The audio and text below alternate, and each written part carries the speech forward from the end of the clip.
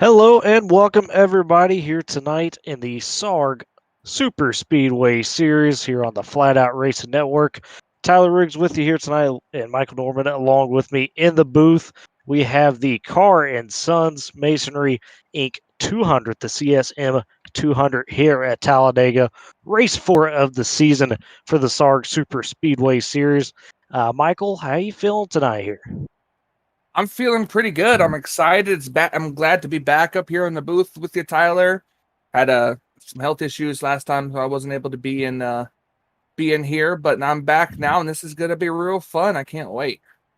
Yes, sir. And we're just now wrapping up qualifying here, and it looks like Brandon Houff has got himself a third consecutive pole.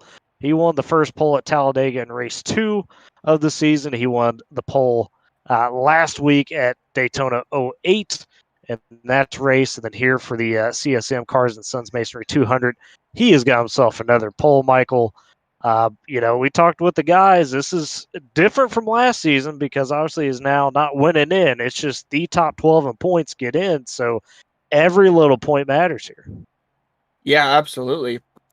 Every little point, every position, every stage point, it's gonna be all on the line here at Talladega, and these drivers are gonna be fighting their way, trying to get up to the top 10 at the end of lap 35 for that stage point.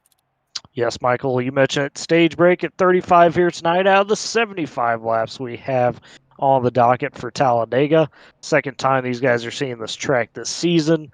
It was a wild one here, of course, in the second race of the season. In that one, Nick Olson kind of stole that one out from under everybody to be able to get him a win on the season. And looking at the point side of things, Michael, coming into this one, the man who starts on the outside of the front row tonight, Lucas Cram, last year's defending champion here in the SARG Super Speedway Series, currently has that points lead right now, only by about a decent 15 points. He's currently sitting in first. You got Christopher Tate, who's off the heels of a good week last week. He has moved himself up to second in points currently. You got Kyle Manger as well as Brandon Houff, the pole sitter, sitting in third and fourth. And then Lucas Strader currently sitting in fifth, all within about 20 points or so of Lucas Cram. And as we get rolling here off the grid, just want to mention, of course, the sponsor tonight again, Cars and Sons Masonry Inc. It's CSM 200 here at Talladega.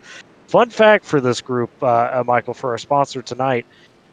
If that sounds familiar to the viewers out there, that is the sponsor from last year's Xfinity run for Robbie Lyons. They sponsored him, of course, last year at Daytona, and Mr. Lyons has put out kind of a teaser tweet coming into tonight talking about they're going to announce some plans tomorrow and about their Daytona Speed Weeks plans and, of course, for the rest of 2021. So cool to see them not only be involved in the real life side of things, but also, here on the virtual side as well. Yeah, absolutely. It's always nice to see these sponsors paying out, or just putting their names on these race cars for these drivers. Just get their names out there. It's always nice to see them come, and these drivers do their best to try to make sure that they give the sponsors exactly what they want and need. Some airtime, sometimes good, sometimes bad. But hey, that's just how it goes in super speedway racing. As you see these cars going down the back straightaway, remember Talladega, these cars can get about 20 to 25 laps on fuel, and we always stress about being the lead car. You get less mileage when you're the lead car because you're leading and pulling the pack, running faster than the cars behind you, usually, because you're having to input full throttle to keep the lead. So, the usual drivers we see at the front, Tyler, are they going to keep that strategy, or do you think maybe they might have tried to learn a little bit and not try to lead every single lap? That's a good question, Michael. And quite honestly, I don't have the answer because tonight we've got a lot of new faces in the field here. Got an influx of friends of Garrett Maines, who has been an absolute fun guy to watch in the series thus far this season. Really fast, of course, the Coca-Cola Series driver as well. Very talented, but he's brought some friends. This is a 35 car field tonight here. Should make for an interesting race. That's up about 7 or 8 cars from the usual car count, but leading this one off, it's going to be Brandon Houff as they crawl through the try over here. He's got his teammate Lucas Cram to the outside of him on that front row. And we are agreed here in the CSM 200 out Talladega, race 4 of the SARG Super Speedway Series season. And all of that start there, you immediately see it. Garrett Baines, he's showing up as number 2 on his car. He's number 1 on the ticker. A little bit of a paint still there, but he gets a excellent push there from Mr. Hoff. And Michael, that outside dissipated really quickly. Yeah, absolutely. The inside lane at the start is where you want to be, but it's not going to take these drivers long to get that outside lane formed up. You know, I've raced a lot around Talladega and Daytona, and you can get the outside lane going if you have enough cars. And at the way these drivers push, the last race I called with you, Tyler, was at this racetrack, and you know we've seen how aggressive these drivers get when they push. So it'll be a matter of time before that outside lane's the lead lane. Well, and here we go, first lap. Who's going to lead it? Is it going to be Halfer? Is it going to be Maines on the outside? He's got the push from Lucas Cram. It's going to be Maines at the line leading the first lap. So there you go, Michael.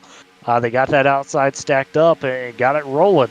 You got Maines out there. You got Lucas Cram, that 44, and the 27, one of the newer faces, Alexander Russell. And then, of course, Robbie Lyons, as we mentioned, is sponsor tonight. Not only sponsored on the real-life side, but the virtual side tonight here with this one. So no surprises, I think, early on, though, Michael. These guys kind of maybe keeping it just 2x2 as Maines makes an aggressive move to get down to that bottom lane. Looking back around the 24th position, second pack has formed.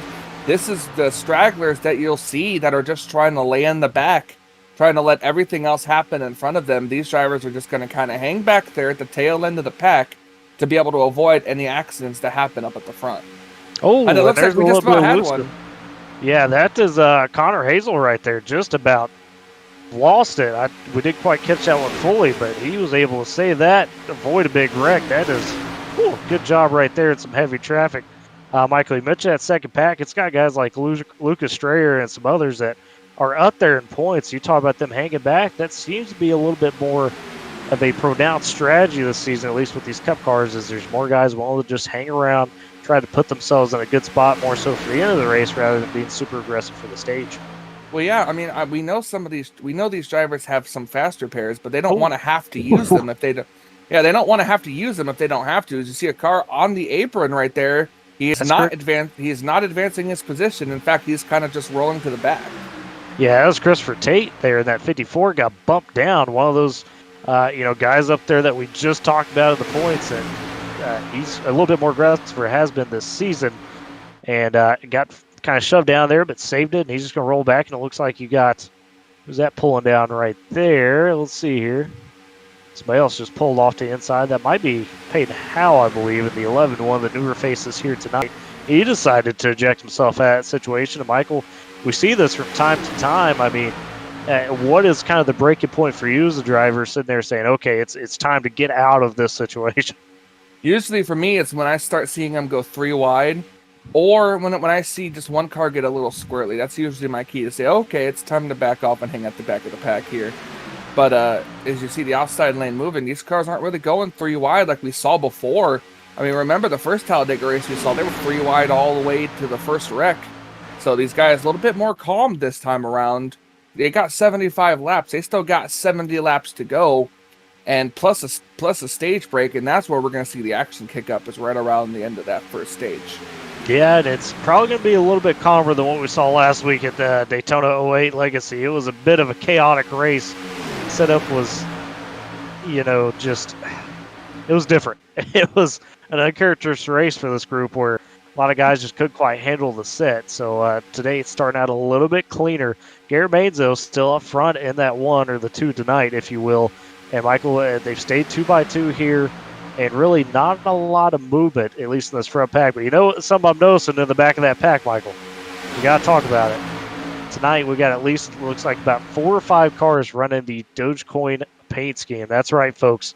They are not only trying to go to the moon, they're trying to go victory lane here. Those Doge guys back there tagging along at the end of that front pack. Yeah. Tagging along at the end of the front pack here.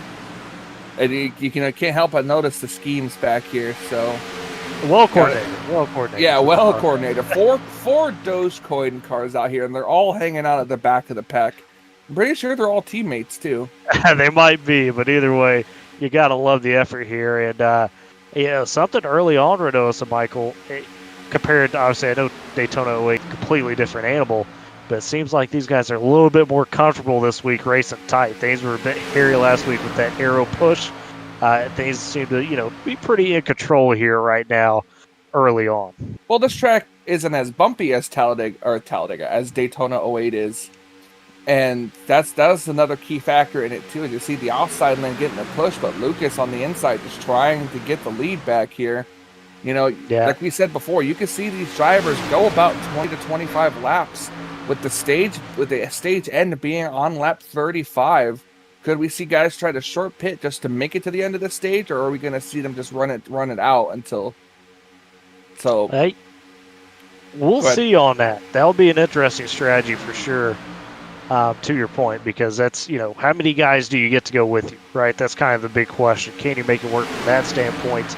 And as you see here, Lucas Cram back to lead, hit him, and Maine's swap lanes right there. And now Maine's going to be trying to do kind of the consistent move we've seen, where you pop back up top, you use the push from the guy behind you, be able to get back down. But it looks like, Michael, maybe a third line foreman finally has got a couple guys jumped out there. That's Nick Olson in that 24 right now. Was a winner there at the first time we were here in Talladega. That was such a wild finish. He kind of stole that one, but it looks like he's getting hung out to dry, unfortunately. Had some help from Jacob Locklear in the 84, and Locklear dips back down into that second lane, and Mr. Olson will fall back. Yeah, I guess they weren't quite ready to start that outside lane just yet. There's only 2 cars really went up there, but now he's paying for it, dropping back to the tail end of this pack. Well, and Michael, some we see time to time at these super speedways. I mean, and you can speak to this with the experience of, sometimes maybe you test that outside lane, see who will go with you, who doesn't. Is that, you think, was kind of what was happening right there a little bit?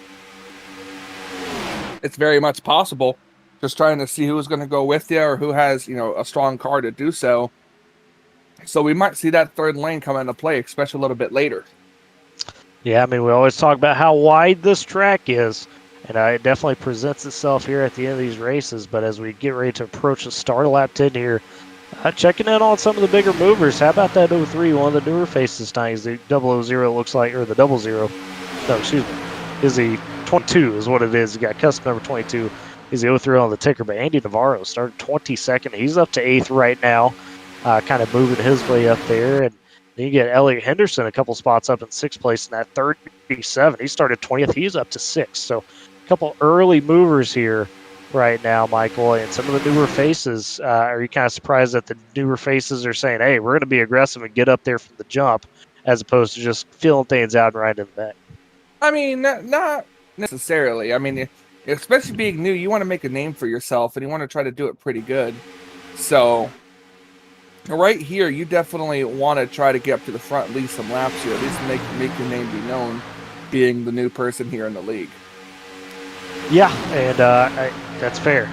The only one thing with that is you got to watch your aggressiveness, because you don't want to be labeled kind of right away as, too aggressive, especially if you don't necessarily have friends to work with. But we mentioned some of these newer faces, friends of Garrett Maines, hopping along in here tonight. So that's cool to see, and it's definitely made for interesting happenings. It's now the field up to 35 cars for tonight. We've already got a lap car here. It's Derek Stanley in the 26, and it looks like, Michael, he's going to be the first to pit. He is elected to pit. He's currently a lap down.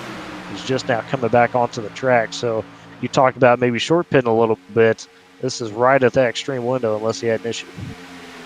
And it's very possible that he could have had an issue. It seems a little early to me to be coming down pit road, but then again, when you come down on lap 10 going on to 11, that's 20 to 25 laps. That puts you out of gas right at lap 35 if you can push it that far. Yeah, no doubt. And you see Stanley here now almost about 2 laps down. Oh, and then Brandon Hoff. Lucas blew up. Oh, no, it's actually Hoff. Not Lucas.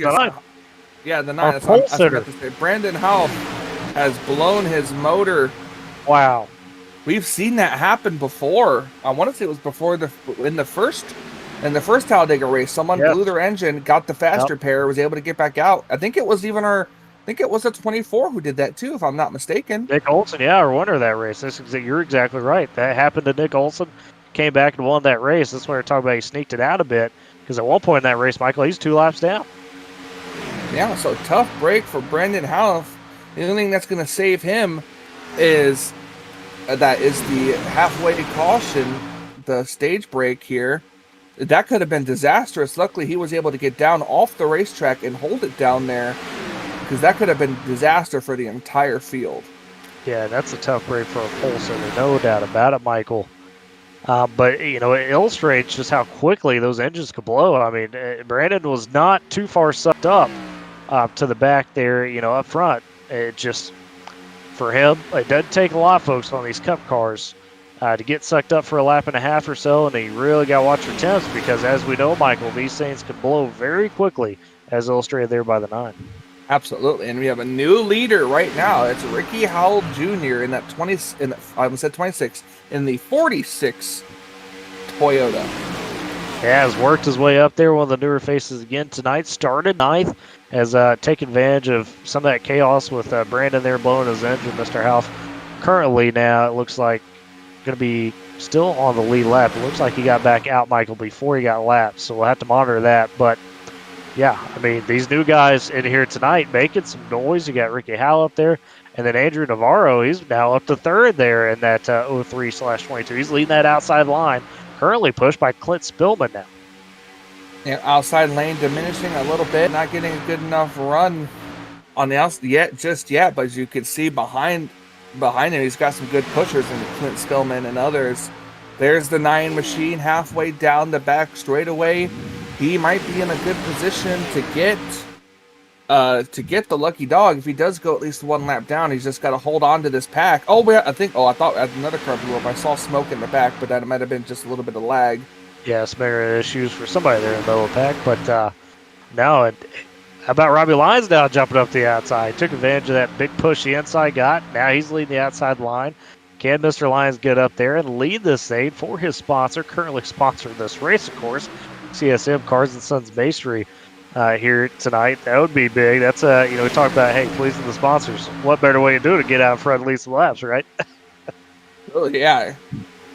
Didn't lead that lap though, not this time. We'll see if he can get it coming around the time this time. As they're coming around, the 9 car gonna come down and give a little bit of jack to the outside lane, then move all the way up to the top to let these drivers go by.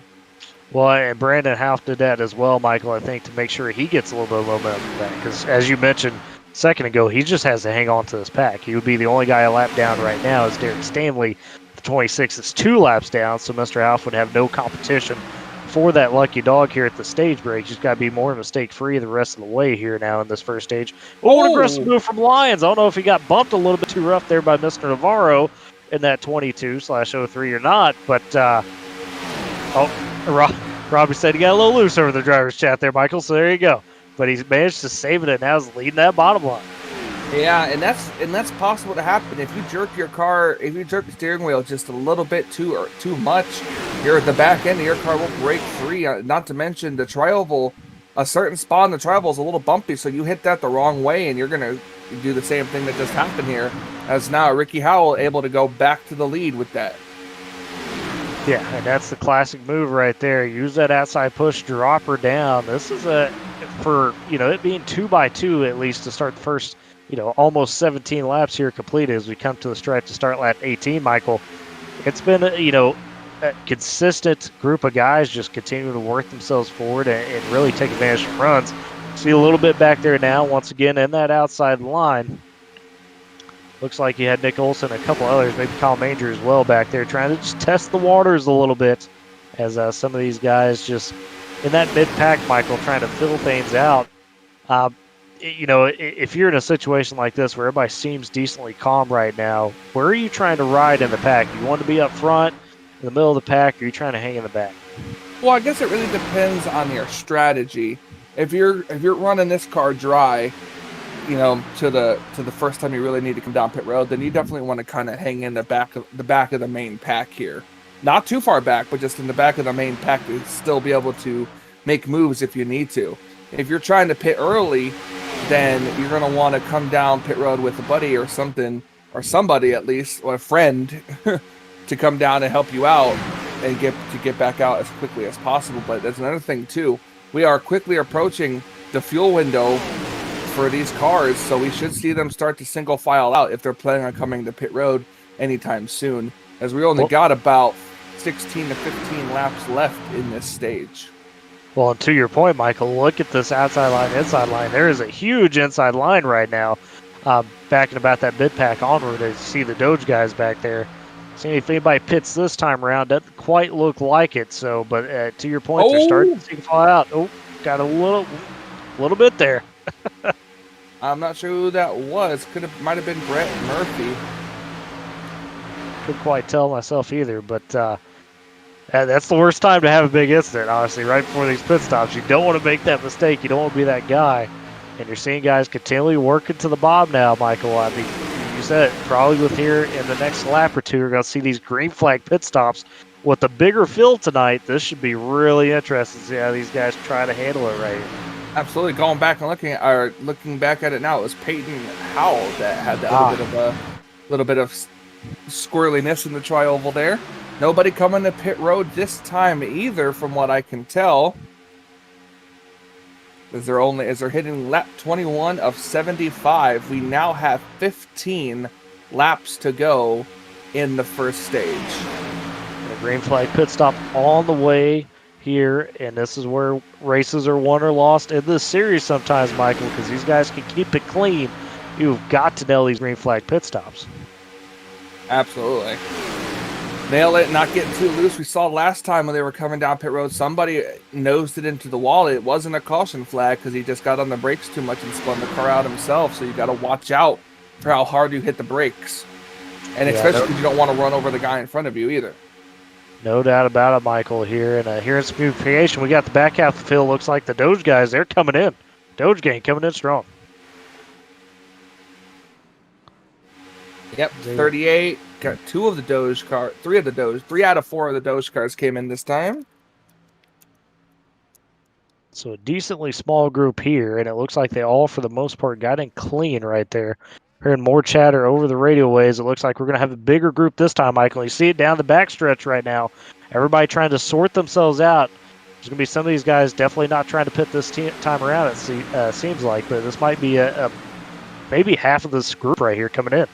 Absolutely. We're going to see if the cars up front do. I don't see Robbie Lyons and Clint Spillman and others coming down pit road this time. Oh, yes, they do. Here they come. Let's get to the correct pit lane entry cam. Look at this wide group of cars.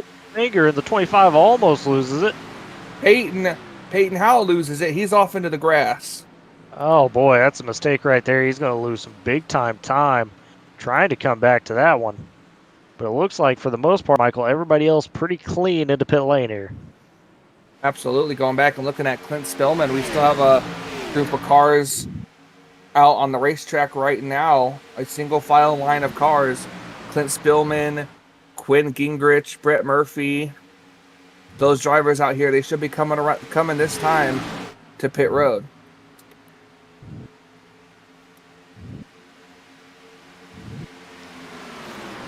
Yep, and here you go now. Yep, right down there. It looks like Half's going to stay out a little bit, though. Obviously, a lap down, trying to get his lap back. Oh, double zero. Oh, there's a wreck right there, the 27. That is Alexander Russell colliding right there with that 44. No, excuse me, that's 44. Yeah, that is the 48 machine. 48, thank you. Yes, sir. So that would be Quinn Gingrich got a bit of that one. That is tough right there. We'll see how they recover. Somebody might have to use a fast repair at that distance, Michael. Have to wait and see. Clint Spillman, no tires, and just fuel only on that number 88 machine. It looks like he's going to come out behind the 00, who's going to lead this lap officially as the rest of these cars trying to get up to speed here. We have a 2-car breakaway here up at the front that is Garrett Maines and Robbie Lyons, as they're going to take the lead coming out of turn number 2 here. And yeah, this is where it gets interesting, because everything's going to get restacked up. You're probably, oh, look at Spillman. That 88 comes right back almost up in front.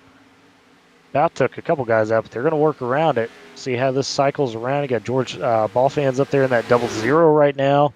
And here comes that 44 Cram and the 03 on the ticker, Andrew Navarro, but 22 on his car.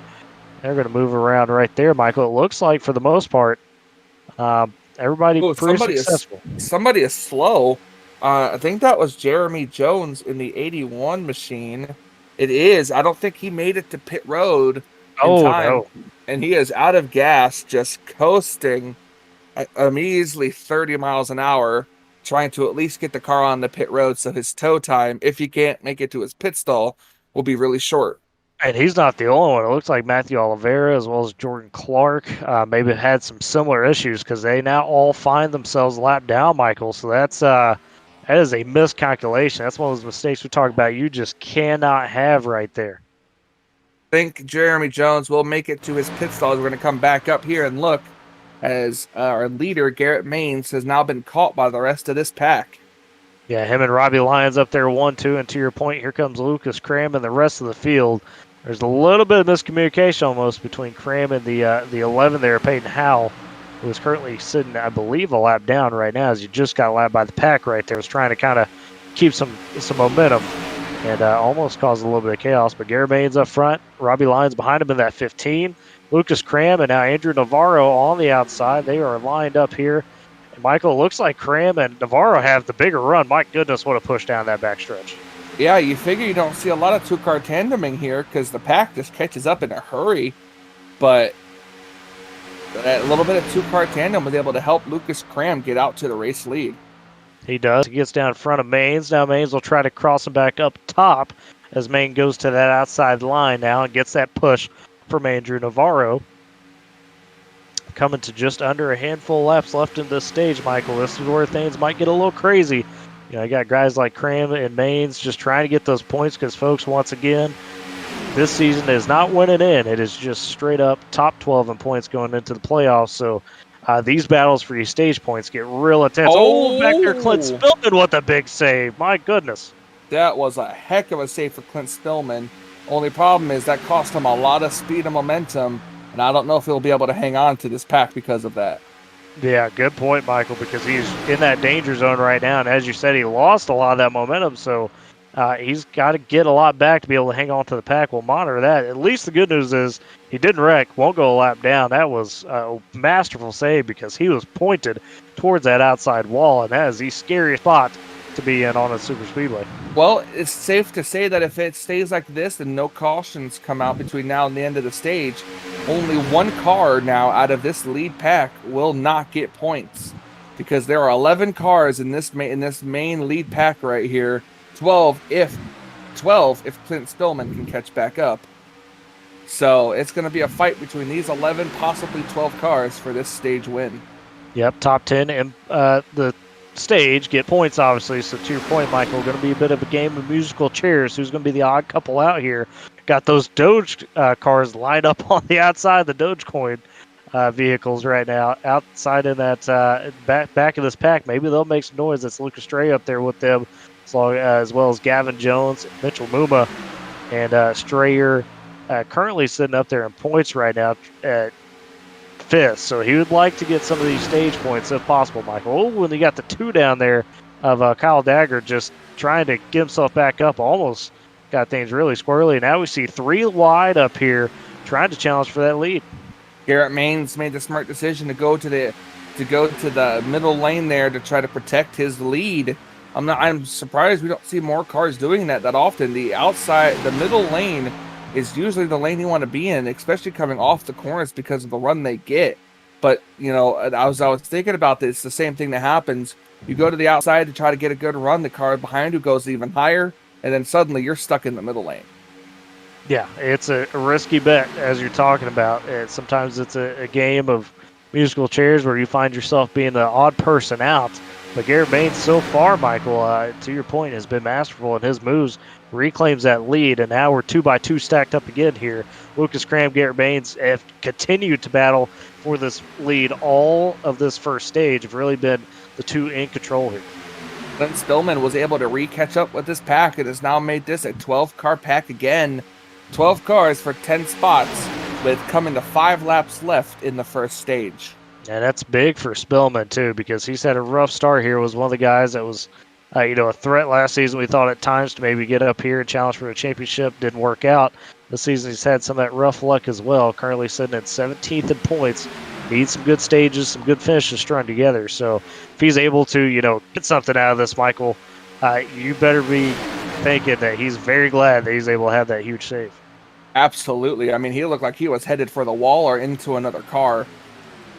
That's just how crazy that almost spin, as we'll call it, was. Oh yeah, I do have a car losing the pack a little bit here. I think that is the 00 machine. Yeah, George Balfans Jr. back there. You mentioned lost the pack a little bit, got checked up, had ducked down, and some of these guys have had ducked down just trying to get some air, and maybe that was his struggles there. And now has maybe put himself in a spot where he might not get some stage points here in this one. And he's catching them a little bit. He's not falling too far back. I'm wondering when these 3 Dogecoin cars will line up on the very outside and try to get up to the lead. I mean, hey, if they could take it to the moon, maybe they could take it to the outside with the power move here. Stacked up behind Cramped to your point. Now Robbie Lyons jumping up there to that outside lane, said he's had enough of pushing Garrett Baines. He's going to try to get himself up there in the lead. Lyons has led a little bit here tonight so far. A big push there from Cram, and he'll get down in front of Maines and clear him and take over the lead on that inside line. And something to note as well, folks, here, we got a 3-car pack of Ricky Howell Jr., Kyle Manger, and Nick Olson in 27th, 28th, 29th that the front pack here is catching. So, Michael, that might play a factor here in the next couple of laps. Coming down to the end of the stage, it could be all-out chaos between that. It's very well possible, and it could be. They could come into play here, but a 3-car pack might be better than a 2-car pack, especially if they can stay single file. They can just get out of the way very easily and try not to affect the outcome of this. As the 00 pulls below the yellow line back there. Not sure if he got a little loose or what, but now he's definitely losing the pack as the whole inside lane is no longer there anymore. Everyone's in the middle lane here. This is going to be interesting. Yeah, they all just kind of went up there at the same time, and Garrett Maines is going to benefit. Looks like he's going to be clear off the corner area up to get it back down in front, reclaim that lead. And now how about the 0-2 here of Curtis Critchley has worked his way up. Started 11th, has been kind of running up here in the front pack all night long so far, and now he's presented himself as a challenger for this lead as we get closer to the end of the stage. Absolutely. 0-2 on the screen, but number 3 on his car, trying to get up there, pull maybe some classic moves that number 3 is famous for around this racetrack. There's the 3-car pack, just barely in frame, coming off of the corner here. You should probably see the inside lane catch a bit of that draft as they get closer to them. Yeah, Critchley, folks, made his debut in this series last week. Came away with a 3rd place finish, had a really good run. So trying to repeat that performance a little bit now. And coming down here, Michael, to the white flag of the stage. Yep, 1 lap to go in the stage. Oh, that's going to hurt the inside lane a little bit there with the number 11. The 3-car leads the lap. Question is, can he get in front? Can he clear? And can he hold on? I don't think he's definitely going to want to cut down right now because he's got Lucas behind him. And Lucas, we all know, can get to the front in a hurry. Keep him behind you. Keep him pushing. You have a good shot at getting this stage win. It looks like they're not going to have to worry about that 3-car pack I was talking about. Still a bit of distance. Now all the shuffled lines to the inside. He got shoved down there a little bit. Now he's got to check it up. Chaos ensues. Everybody shuffles a little bit here. Coming off for it, looks like Garrett Maines right now is going to have that lead, but that 34, Mitchell Boma has worked his way up to 2nd. See if we can make a move here. Outside lane trying to get there. Coming to the stage. Oh, at the good line. save. Oh, my gosh.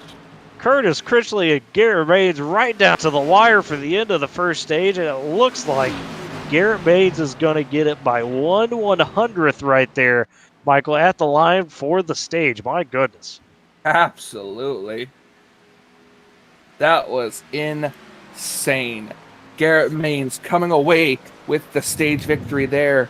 Well, once these cars get behind the pace car, we'll know your top 10 finishing results for the stage, because I don't know about you, but that was too close to call for all of them. Well, Michael, big news. Robbie Lyons ran out of gas. That's why he ducked to that inside. He is out. He is slowly crawling on that backstretch right now, hoping he's going to be able to make it around. That's a long way to go around, Mr. Lyons. Absolutely. We're going to go down here. We're going to see if we can find our winner. Stage winner, Garrett Maines. Stage winner.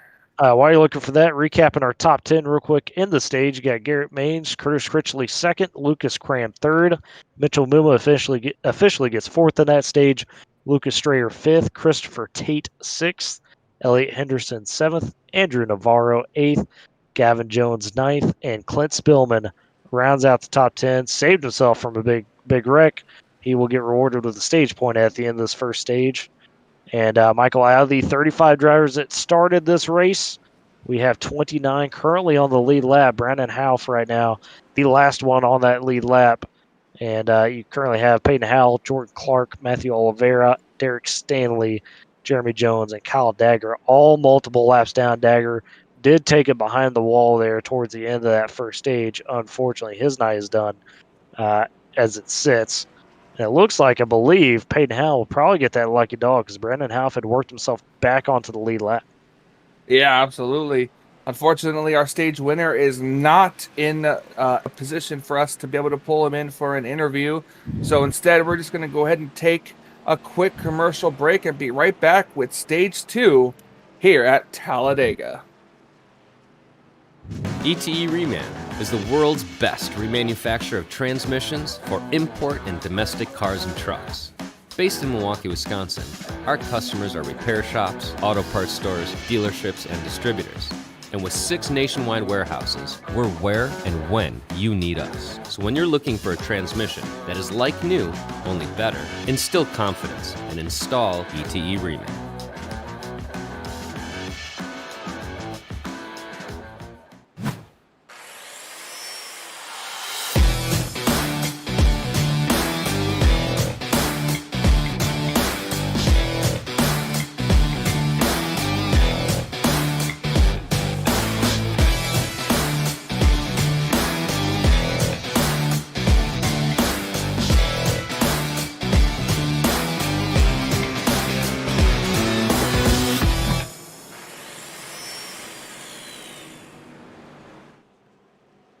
We're based out of West Monroe, Louisiana. We do custom t-shirts, racing. We'll do any shirt. We'll do schools, churches, fundraisers. We do a ton of event shirts, as you can see on our board here, all around our banner. Personalized, I mean, we'll do anything. It doesn't matter to us. We got the custom rugs. We use all the, top quality shirts, inks and everything. Hoodies, hats. We do embroidered hats, embroidered shirts. Just you can call us for anything. We do offer the bag and fold, to where you can receive them and they're already labeled and tagged and bagged, ready to give out to your customer and stuff. So you can just call us and just tell us, hey, this is what we're looking at doing, and if we're going to put the car on there, it is 125 quantity minimum. If it's without the car, it's 60 quantity minimum. That's strictly on the racing stuff. If it's a business or something, if you race on Texas shirts, it's a little bit differently. You can call us. It just depends on your quantity and ink color. Everything is hand drawn. I mean, everything. We don't Photoshop anything onto a shirt or anything like that. Everything that we go through, everything is drawn, and which is the reason for the art fees. We do have several graphic artists that draw for us, and they're really good. So what we do is on any package that you do, we can mix and match. We can do any colors. You can do purple, red, blue, green, and do the rest black. It doesn't matter to us. With your design on there, we can do hoodies. We can do hoodies, long sleeve shirts, t-shirts, tank tops. It doesn't matter. I mean, it's almost limitless what you can do, and you can put all that together in that package to make that minimum requirements. They can call us 318-278-7191, or they can email us at bulletprooftees@yahoo.com, or they can go to the website bulletprooftees.com. Hey, it's Wesley Outland of CRN Sports, one of the co-founders. And welcome back here to Race 4 of the SARG Superspeedway Series at Talladega. It is the CSM 200. That is the Carr and Sons Masonry Inc. 200, folks. Of course, I mentioned it at the top of the broadcast. A sponsor of Robbie Lyons in real life was on the car for his Xfinity Talladega car last year with JD Motorsports. And I kind of put out a bit of a teaser for 2021. Look for that on social media for their announcements. But Michael Norman and Tyler Riggs with you here tonight in the booth in this one, Michael. And had a really fun first stage there, caution free. Everybody kept it clean, but Stop trying to jinx us. Garrett Maines and Lucas Cram went really back and forth the entire stage. At the end, though, as Garrett Maines taking that stage win and getting ready to get stage 2 underway here. 75 laps in this race, as you can see. Getting towards the back half of this one, Michael, you got Maines and then Curtis Critchley up there on the outside with him as the pace car is off now. And they will make that slow crawl to the restart zone here. Absolutely. Getting slow crawl to the restart zone. Another odd looking restart. Only 5 cars on the outside lane. Everybody else lined up single file behind them. You don't want to get it too early of a jump here because getting a big lead is not fun at Talladega or Daytona. As the green flag's back out, we're back underway with about 37 laps to go. And Michael, you mentioned why that was kind of weird on the back end there, that restart with behind about the first 5 rows or so. Due to Robbie Lyons run out of fuel at the end of that stage, there was a lot of black flags that needed to be cleared, and so it stacked everybody up there on the inside due to that. And now we're getting another wave of black flags cleared because I can't remember which driver it was, but somebody had an engine shut-off problem. So they're clearing all of that. That being said, up front, there's Garrett Maines right now getting pushed from Andrew Navarro in that 22 car. He is 02 or 03 on the ticker here tonight. But giving Maines a really good push in the outside lane, still trying to get itself together a little bit, Michael. It will. Give it time. It'll come into play here. Just on the first lap, guys, these cars got to get up to full speed here. It's going to be Garrett Maines, who's led, I want to say almost, and I stress almost, every lap so far in this race, it seems like. Yeah, he's been up front and in control for the most part of it. But that second lane starting to maybe come alive here. There goes Mitchell Muma in that 34, that Dogecoin scheme, getting up top, taking himself in that run provided by Elliott Henderson in that 37, trying to get up to the lead. Muma, a guy that, we've seen at times be up here, Michael, up front, but other times, we'll talk about bad luck, unfortunately. He finds himself in some big-time wrecks sometimes. Absolutely. Want to point out, too, we have 3 cars currently off the lead lap. That's Matthew Oliveira, Derek Stanley, and Jeremy Jones back there. They are one lap down and 2 laps down, respectively. Only 1 car has taken it behind the wall. That is the number 2 of Kyle Dagger. And here we go, second stage, 3 wide into turns 1 and 2.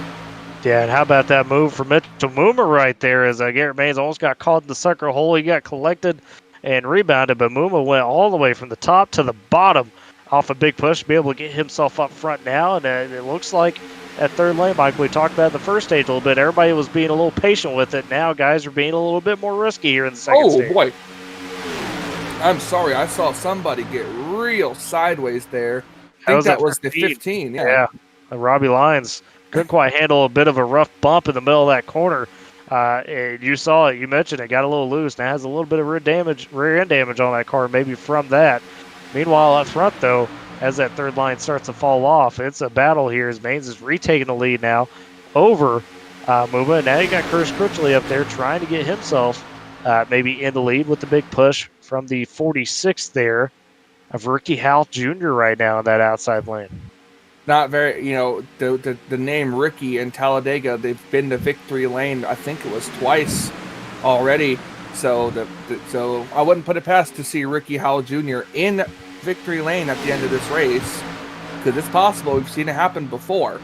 Now, you see Garrett Maines still holding the inside lane, that number 3 machine on the outside. I keep bringing up the past of that number at this racetrack, and it's just legendary. But it all comes down to how the driver races his car and able to use the side draft.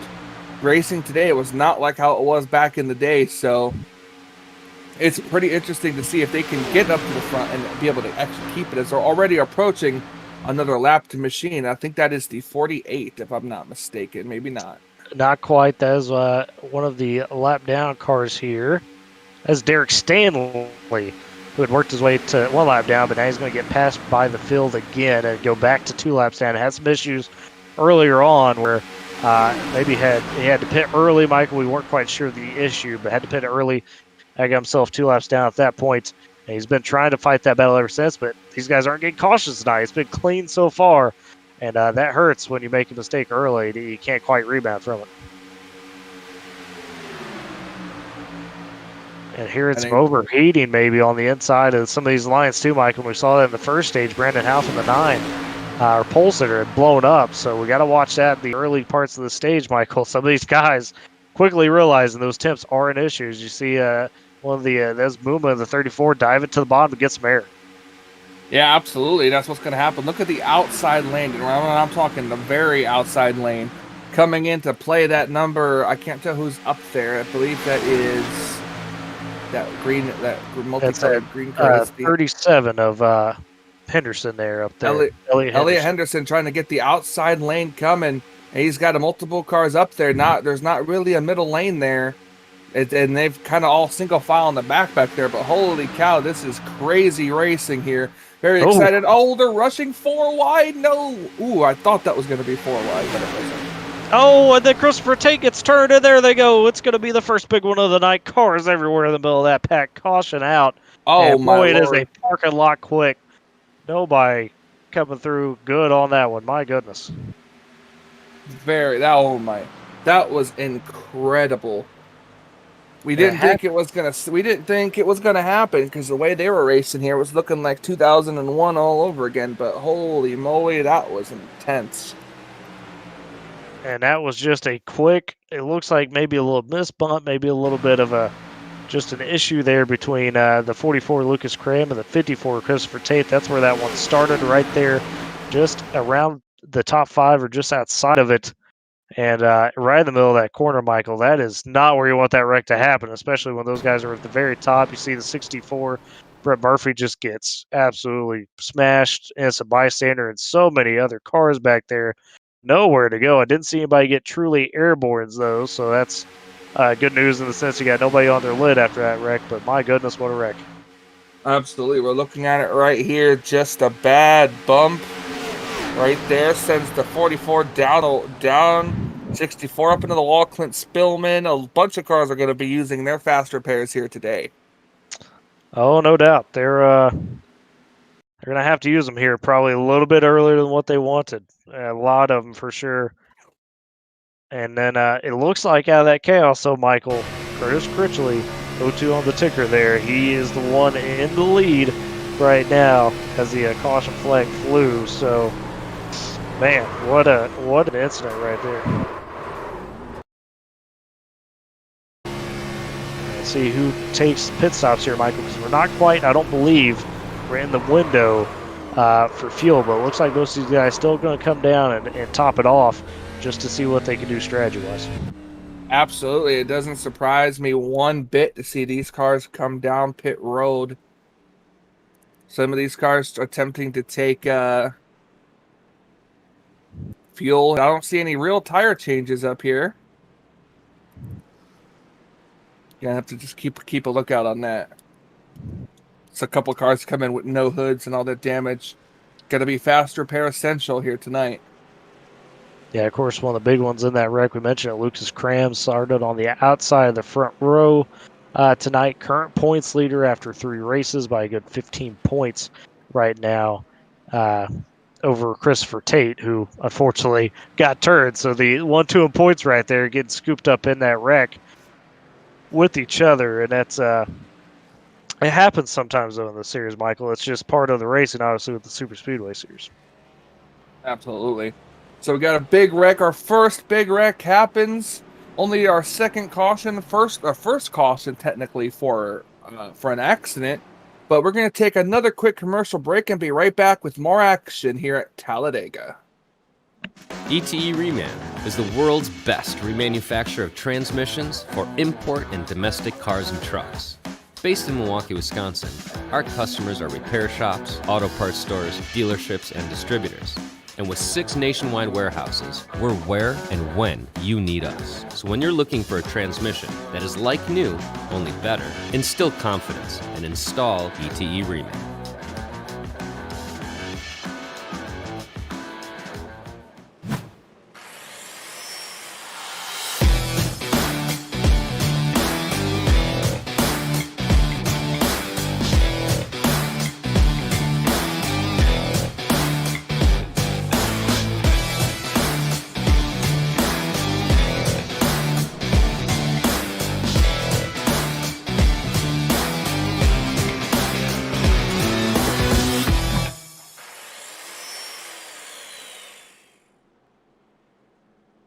We're based out of West Monroe, Louisiana. We do custom T-shirts, racing. We'll do any shirt. We'll do schools, churches, fundraisers. We do a ton of event shirts, as you can see on our board here, all around our banner. Personalized. I mean, we'll do anything. It doesn't matter to us. We got the custom rugs. We use all the top quality shirts, inks and everything. Hoodies, hats. We do embroidered hats, embroidered shirts. Just you can call us for anything. We do offer the bag and fold, to where you can receive them and they're already labeled and tagged and bagged, ready to give out to your customer and stuff. So you just call us and just tell us, hey, this is what we're looking at doing, and if we're going to put the car on there, it is 125 quantity minimum. If it's without the car, it's 60 quantity minimum. That's strictly on the racing stuff. If it's a business or something, if you race on Texas shirts, it's a little bit differently. You can call us. It just depends on your quantity and ink colors. Everything is hand drawn. I mean, everything. We don't Photoshop anything onto a shirt or anything like that. Everything that we go through, everything is drawn, and which is the reason for the art fees. We do have several graphic artists that draw for us, and they're really good. So what we do is on any package that you do, we can mix and match. We can do any colors. You can do purple, red, blue, green, and do the rest black. It doesn't matter to us. With your design on there, we can do hoodies. We can do hoodies, long sleeve shirts, t-shirts, tank tops. It doesn't matter. I mean, it's almost limitless what you can do, and you can put all that together in that package to make that minimum requirements. They can call us 318-278-7191, or they can email us at bulletprooftees@yahoo.com, or they can go to the website bulletprooftees.com. Hey, it's Wesley Outland of CRN Sports, one of the co-founders. I'm also one of the announcers on Live Sim Racing. And we're back here in the SARG Superspeedway Series, round 4 of the season at Talladega. It's the Cars and Sons Masonry Incorporated 200 CSM 200 here at Talladega, and working off our first caution for an incident, second caution of the night. After pit stops, looks like it's going to be Elliot Henderson at 37 and Andrew Navarro 03 on the ticker up there, 22 and car number on that front row. Pace car is off, and just to clarify, Lucas Strayer, you're not a loser. I don't know where you heard that from. Mr. Strayer, one of the Dogecoin cars tonight at 41, not a loser. So there you go. As we get ready to take this restart, as they crawl to that restart box, it's Navarro on the inside, Henderson on the outside, and we're back underway here, crossing the stripe to start lap 49 of 75. This one, Michael, and another restart where we see a lot of guys stacked up back there. Single file due to that craziness from that wreck. A lot of damaged cars, and a lot of guys use those faster rears. Yeah, it was a big wreck, but it really don't look like it because you have a bunch of cars still out there. Yeah, a bunch of pristine cars, yeah. Yeah, exactly. So, but here's the thing. We talked about this during the commercial break. There's 27 laps to go from this restart, and these guys just came off pit road. Now, we've seen the pit window anywhere from 20 to 25 laps. Now, the question is, can they save enough gas to make it to the end from here? Or are these guys really just kind of hoping for another caution flag? I mean, I don't think you can save enough gas, Michael. So I think these guys are just going to try to run out caution or not. Look at this action, though, instantly. Navarro jumping up to the top, protecting a little bit, getting up to the lead. And look who it is. Garrett Baines has got himself back up to second pretty quickly, Michael, in that car right there. Now he jumps the outside, trying to get a push for Tate, who was involved in that wreck that we just had. It got turned a little bit by Lucas Strayer after Lucas Cram after some unfortunate contact. And now Baines trying to challenge for that lead, where he's been very comfortable, Michael, to the day. Absolutely. If Garrett Baines has lost the lead, it wasn't for very long until he got it back. So that's very, it's fun to watch these drivers go from back to the front here, especially on terms of pit stops and just track position altogether. And it's very possible to do that if you can stay in the right lane. That's the big thing here, is the lane choice you want to stay in. The inside lane's good for a while, but the outside lane is the lane that gets going on the straightaways. And when you're behind and both lanes aren't moving, you start to get frustrated because you want to get to the front. There's nowhere to go, nowhere for you to move, and it's just really, really difficult. That's why a lot of these drivers have the word patience like somewhere on their steering wheel or steering column or somewhere around their setup. Yeah, no doubt, Michael. I agree with Oh, that boy. one for sure. Ooh, it's a big movement going on right there. Garrett Maines just looked like he got loose, went from one lane to the other. He's trying to get back up to the front here. He's working hard, Michael, trying to do it like you're talking about. Maybe a little impatient here, trying to find his way up there. Now you got some guys peeking to the outside. That's the 37 of Elliot Henderson. And now they're going to put the 02 on the ticker.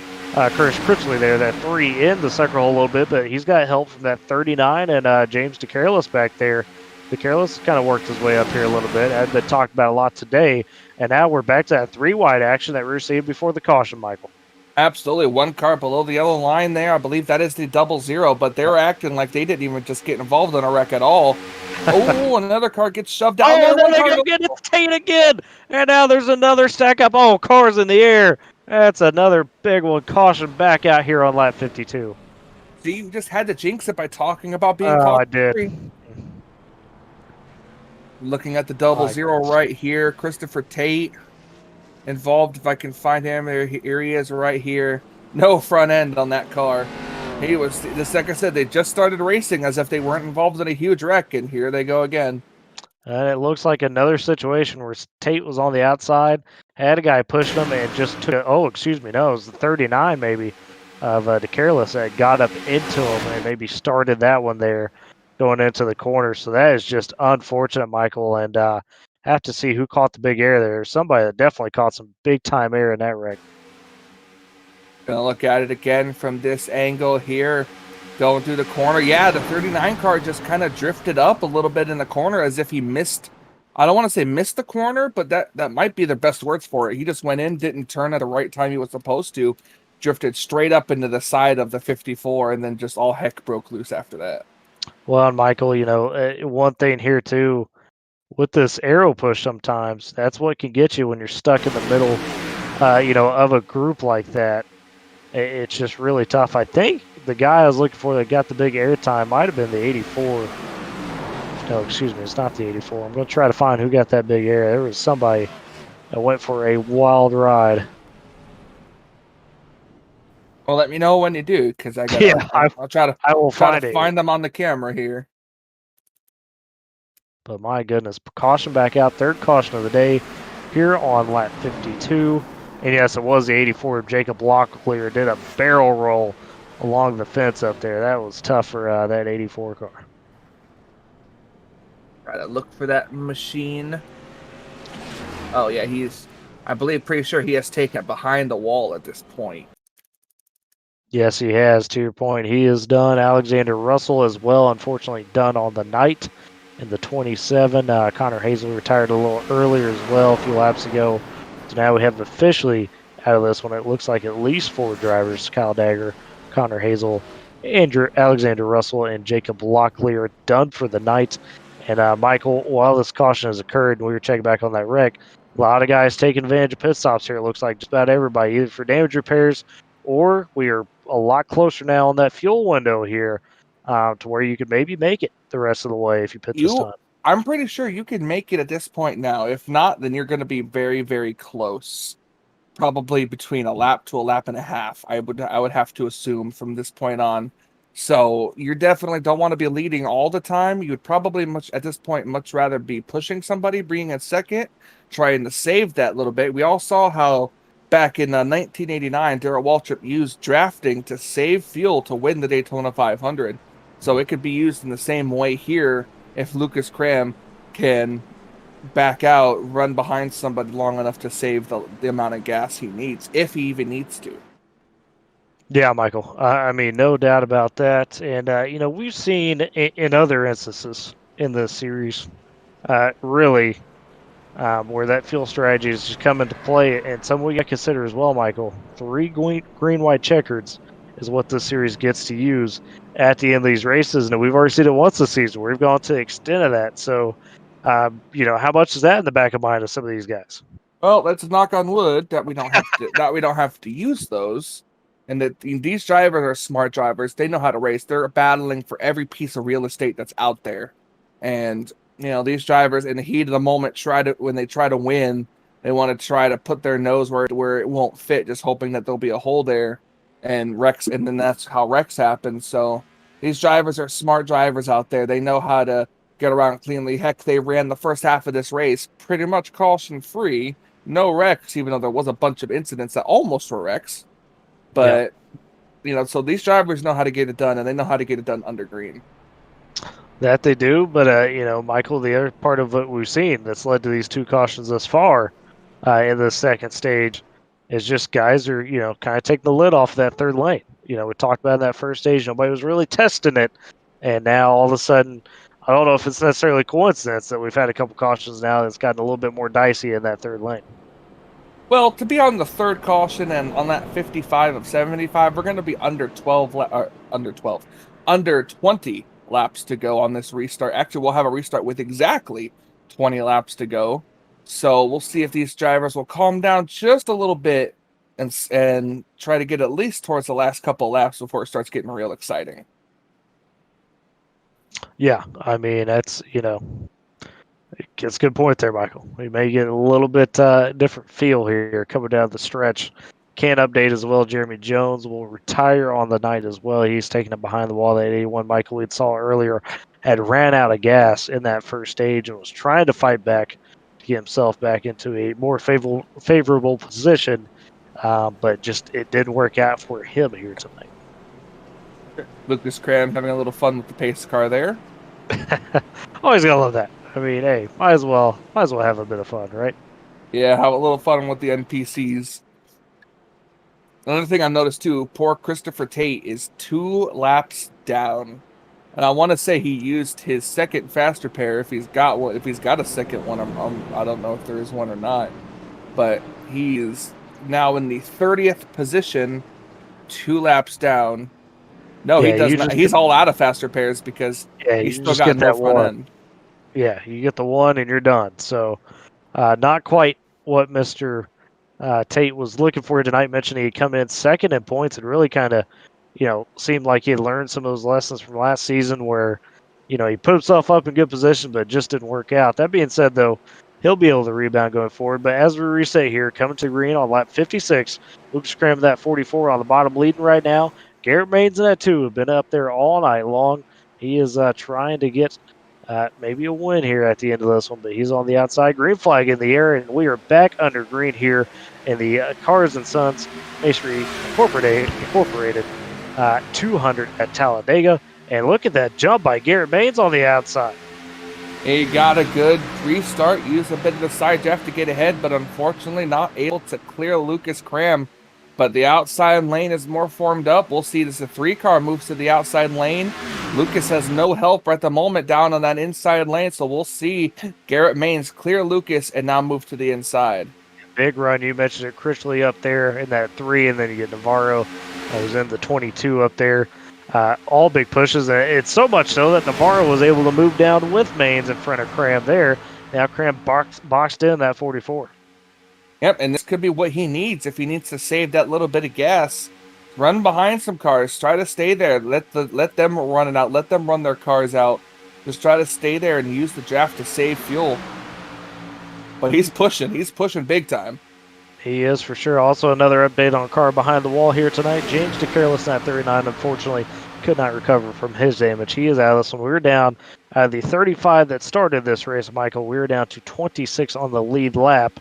And it looked... You got 29 cars out there and 26 cars on the lead lap.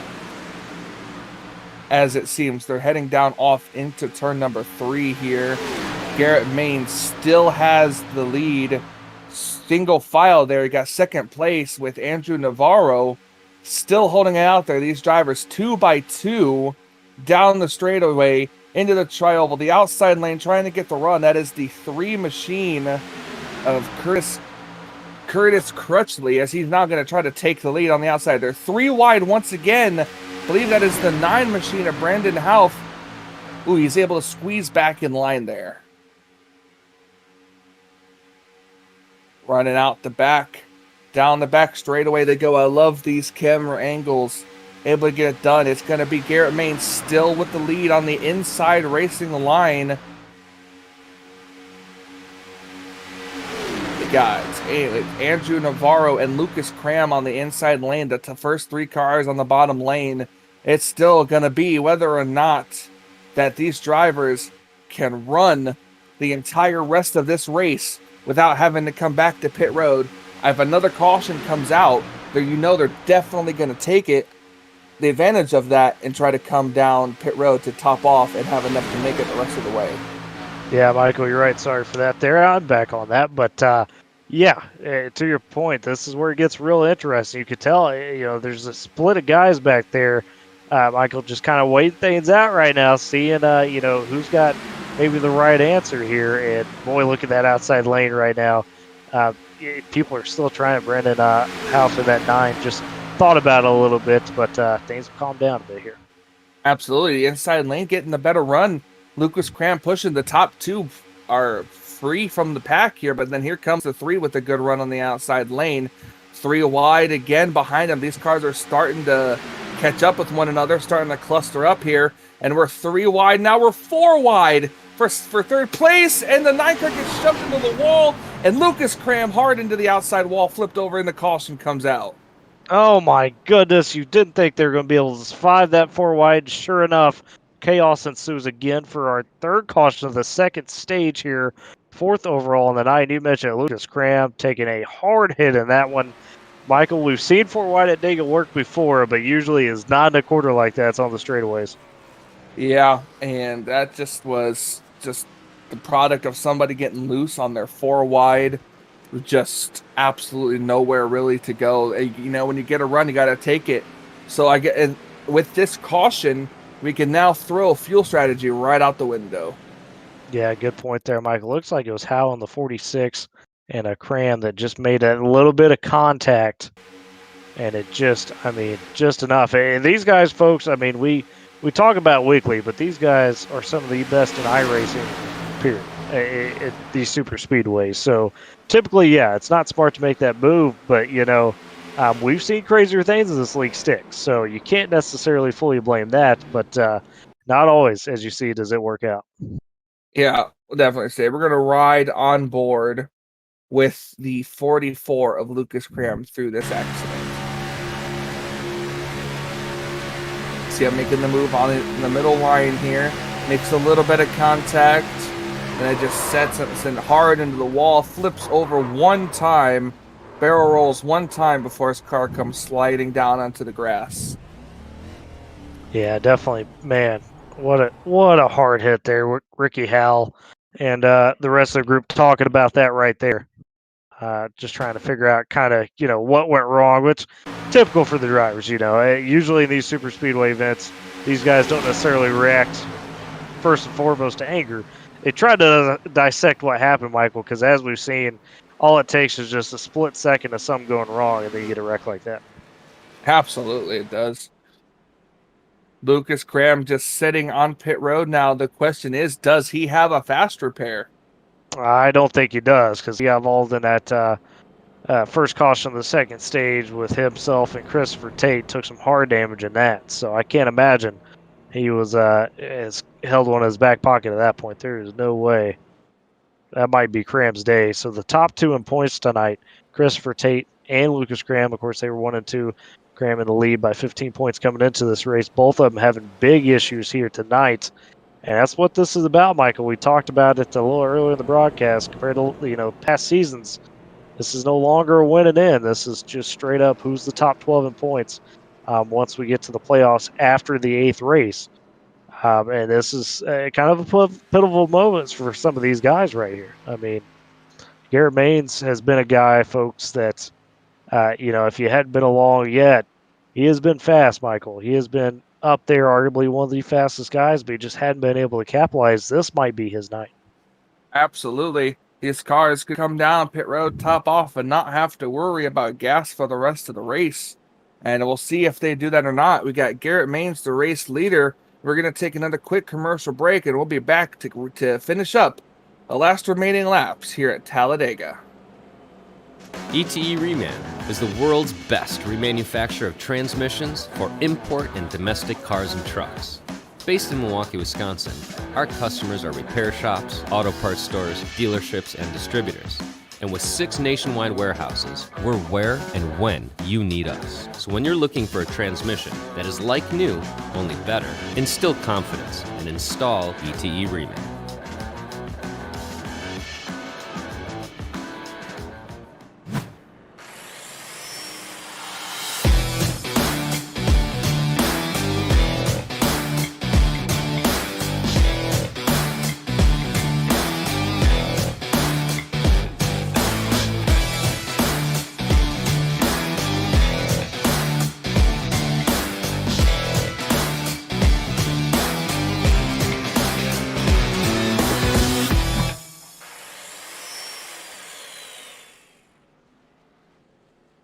We're based out of West Monroe, Louisiana. We do custom T-shirts, racing.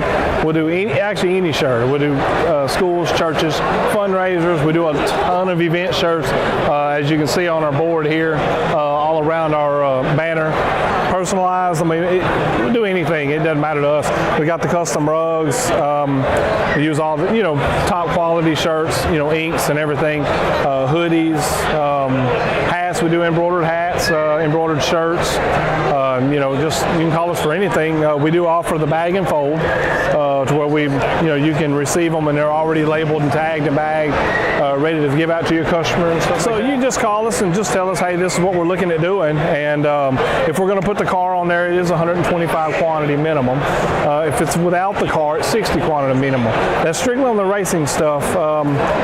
If it's a business or something, if you race on Texas shirts, it's a little bit differently. You can call us. It just depends on your quantity and ink colors. Everything is hand drawn. I mean, everything. We don't Photoshop anything onto a shirt or anything like that. Everything that we go through, everything is drawn, and which is the reason for the art fees. We do have several graphic artists that draw for us, and they're really good. So what we do is on any package that you do, we can mix and match. We can do any colors. You can do purple, red, blue, green. And welcome back here to the SARG Superspeedway series on the Flatout Racing Network. Michael Norman, Tyler Riggs with you tonight. Michael, it's been a wild one so far as we're coming off our third caution of the second stage, 4th overall of the race. And, we mentioned it, first stage was clean. Really clean as a whistle. And then it's got a little chaos here on the back end in this Carrs and Sons Masonry Incorporated 200 here at Talladega.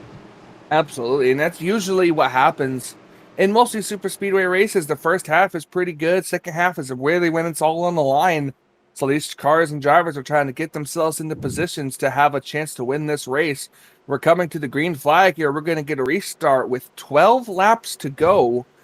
So if you guys thought all heck broke loose already, you haven't seen anything yet, especially with fuel strategy being thrown out the window. Yeah, you're right, Michael. It's Gary Baines on that bottom. Curtis Critchley up top in that outside line, getting ready to take this restart as they crawl to that restart box here. Green flag in the air, and we are underway for the stretch run of the final stages here of this CSM 200. And Baines with a decent jump going off into one there, but who's going to get the big push first? Who's going to get that line behind him? It looks like Critchley going to take the smart route, just dive it down to the inside, get behind Baines. Dive it to the inside now, wait for the outside lane to kick in, move up to the outside lane, lead it to the lead. That's a good strategy there as you see more cars moving up to that outside lane. I don't think the 3's able to do it now, so we're going to have to keep an eye. Here comes the 33 of Josh Cully up there. Now he's trying to get the run. I haven't talked about him all day today, and here he is now within the final 12 laps trying to battle for the race lead. Yeah, has been a guy that's been hanging out in the back of that pack, Michael, and started 23rd in this one, and has presented himself up there trying to battle for the lead, like you mentioned, and he's one of the newer faces around here, and maybe that's the right call, right? Just kind of wait it out, let the chaos happen, and sure enough, here goes Josh Coley to the lead.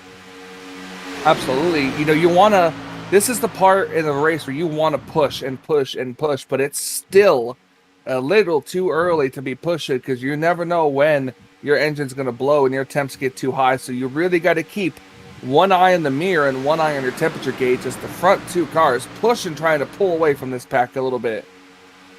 They do it now, that outside trying to kind of reconfigure a little bit, Michael. Some of these guys dealing with a bit of damage, maybe towards the back of this front pack, and everybody trying to sort that out.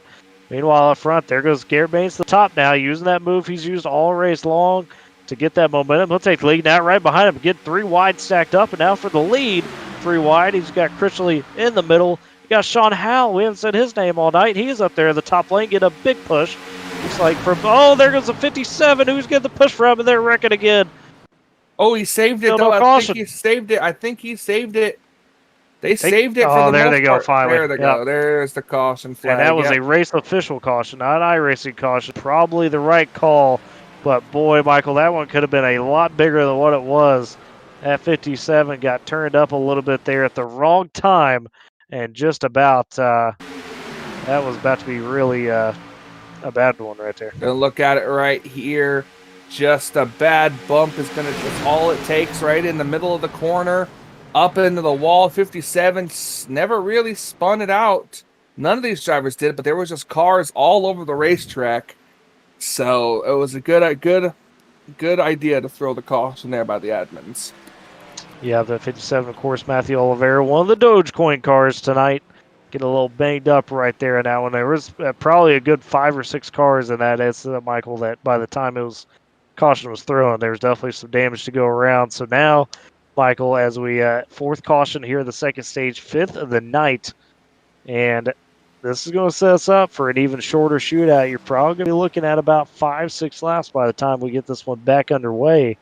And how about this 38 of Sean Howell has been hanging out most of the night back there, started 24th, has kind of been patient through the chaos, and now he finds himself up here in the lead at the most crucial stage.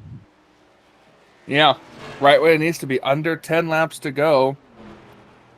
And he's right there in the lead. It's a little hard to keep the lead here, though, so he's got to have a good restart, and he's just got to keep his eyes in the mirrors.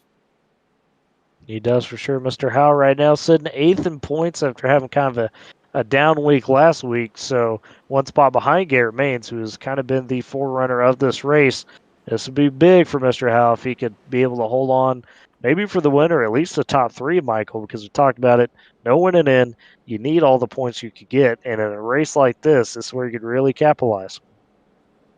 Yeah, absolutely. Another caution out, more caution laps to come, about another 3, so we should get a restart with anywhere from 5 to 6 laps to go. So Sean Howell, he's just going to have to try to hold the lead for those 6 laps. Yeah, but we've seen Garrett Maines be really strong in that one, and Andrew Navarro, who's currently sitting P2, looks like now. They're scoring him P2. We got Maines P3, but Maines is sitting in second on the track. Either way, Navarro has been really strong in that 22 as well. And how about Nick Olson, Michael, that 24? He did this in the first time they were at Dega. He got a win on the season, folks. Had blown his engine in that race early and used the faster pair, had fought back from 2 laps down. Then at the end, he snuck that one away. Michael, could history repeat itself again in this season? It's very possible. He's sitting in the 4th position. He knows how to get it done here. So it's going to be something to watch and keep your eye on. Don't count out Nick Olson here. Don't count out anybody. You got Clint Spillman up here. Lucas Strayer's up here. Ben McDonnell is up here. I can't believe I almost said McDowell. He's gonna hate me for that one. Robbie Lyons is still up here as well. I had to make sure I was looking clearly at his name to make sure I didn't say McDowell, because I don't know why. So, but Ben McDonnell is in the 9th position. You got Jordan Clark, Josh Cully, and others up here still. So you can't count out anybody. It's going to be a short stint, trust me, but it's going to be an interesting one. Yeah, Michael, you mentioned Robbie Lyons back there waiting in the wings. Of course, his sponsor, Carr and Sons Masonry Incorporated, sponsor in this race. They were with them last year at Daytona in Real Life and Xfinity. And they've got some big plans maybe coming tomorrow. He teased that a little bit earlier today on social media. He would like to be able to make some daring moves and get up there and try to get this one for the boys, support them back there. Absolutely. Well, the update here on the where we're at in terms of cars on track. We started this race with 35 cars here tonight. Currently, we're looking at, it looks like about on track, 28 of those 35 as you got behind the garage, or in the garage area for sure on the night. James DeCarellis, Alexander Russell, Jacob Locklear, Jeremy Jones, Connor Hazel, and Kyle Dagger, all behind the wall. And Lucas Cram is. I think Quinn Gingrich has just joined those cars behind the wall. You are correct. He did. He took it behind the wall as well. So 27 cars on track. Lucas Cram is not officially behind the wall, but he's sitting on pit road, has some heavy damage from the last incident there on lap 52. He is currently 6 laps down. On the lead lap, we have 25 cars currently. Matthew Olvera, who's just kind of the main unfortunate soul involved in that wreck we just had. Right now, currently the last car on the lead lap has a heavy damage to that 57. See what he can do, but we were double filed up here, folks, getting ready to go back green in round 4 here of the SARG Superspeedway Series. And Michael, it snuck up on us, but after this one, we'll be halfway through the regular season all of a sudden. 8 races in this regular season, then 4 for the playoffs. We'll really have a clear picture after tonight where everybody stacks up as we get towards the back half of the season. Yeah, absolutely. You don't think you're like, wow, we just started the season. Seemed like a week ago, but nope. All of a sudden, we're here at the midway point next week. It's going to be a midway point. A couple of different winners so far in the season. Top 12 get in the playoffs. It's going to be fun and exciting. These drivers really know how to put on a great show for all the fans. That they do. It's been a fun series. I mean, it's been one of those series that it seems like something crazy happens every single week here. And as mentioned, it's going to be Sean Howell, that 38 up front, trying to hold on to the lead over a very hungry Garrett Baines. Baines has been in this spot a couple times this season, hasn't been able to take advantage, has been one of the stronger cars so far this season, but sits 7th in points. Howell in 8th. Then behind them, previous Daytona winner of the season, Nick Olson, up there in that 24, and then the 22 of Andrew Navarro, newcomer here tonight, running really strong. As the pace car is off, these guys will crawl to that restart box, Michael. And it looks like we're going to have 6 laps to go when we take this green flag. Yep, 6 laps to go. It's going to be very interesting. We're going to try to, hopefully these drivers can keep it green. Pace car is in halfway through the tri-oval. Flagman has the flag in his hand. Green flag is back out. 6 laps of racing to go. Can Sean Howell keep it up front? Because he's got the strongest car of the night, Garrett Baines, in 2nd.